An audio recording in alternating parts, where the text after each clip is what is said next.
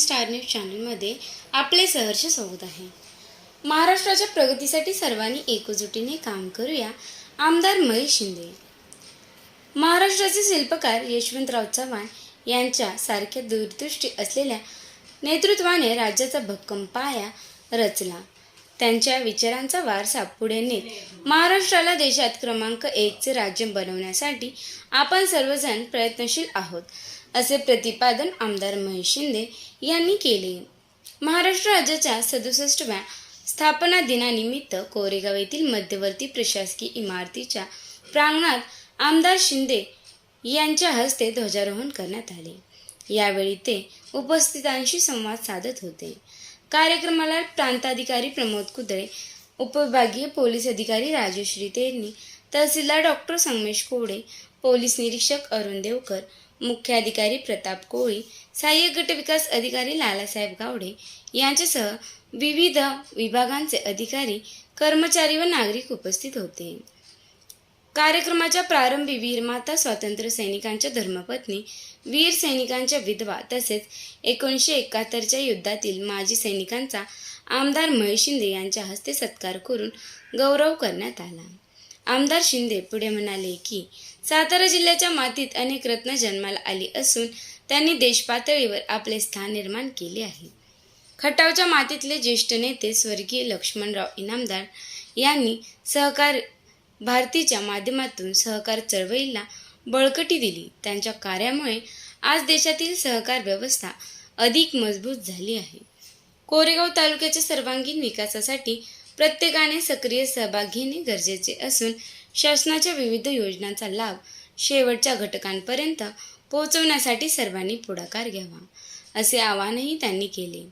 प्रांत अधिकारी प्रमोद कुदळे यांनी कोरेगाव तालुक्यातील प्रशासकीय कामकाजाचा आढावा घेतला।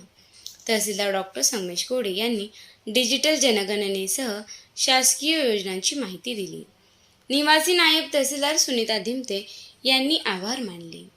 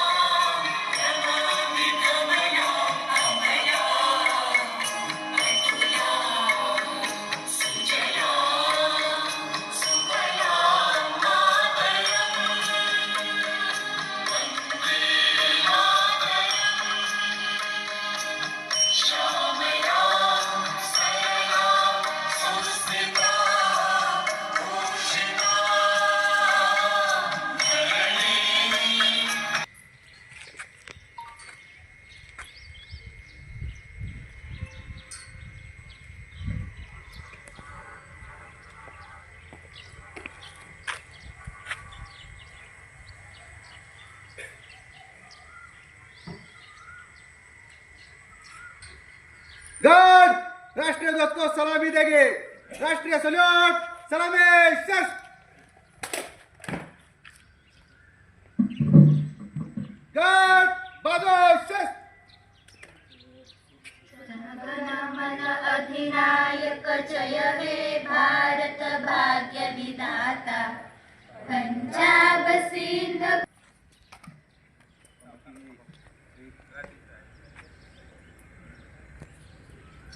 जय महाराष्ट्र माझा गरजा महा।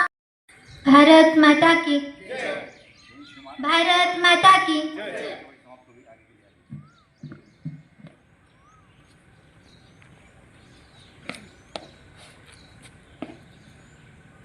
गार्ड बगल शस्त्र।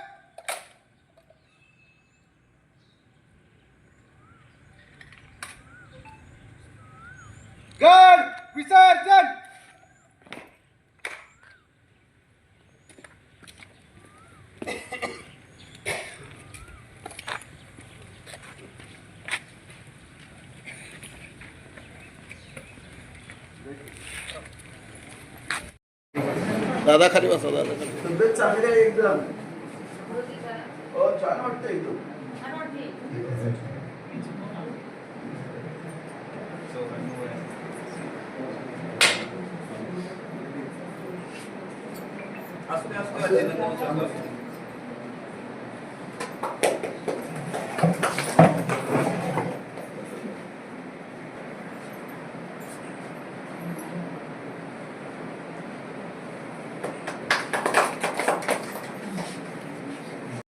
भारताच्या सैनिकांतर्फे लढलेले बाळासाहेब बर्गे यांना मी विनंती करतो की आपण आपला सत्कार स्वीकारावा.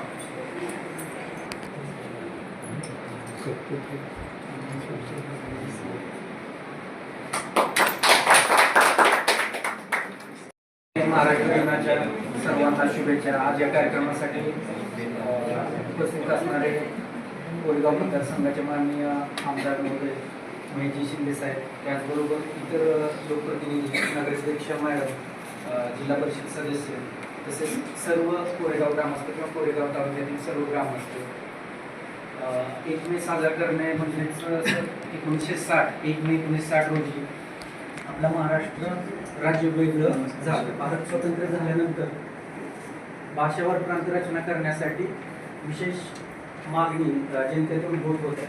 त्या अनुषंगाने 1956 पुनर्रचना कायदा आला आणि त्यानुसार पुनर्रचना आयोग स्थापन झाला.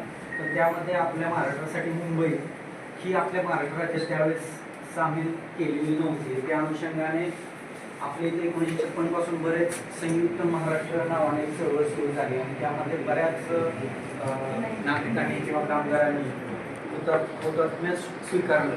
त्यामध्ये सौरभ कंपनी या ठिकाणी झालेले 21 नोव्हेंबर 1956 रोजी जे काय आंदोलन झालं त्यामध्ये जवळपास 106 हुतात्मे शहीद झाले.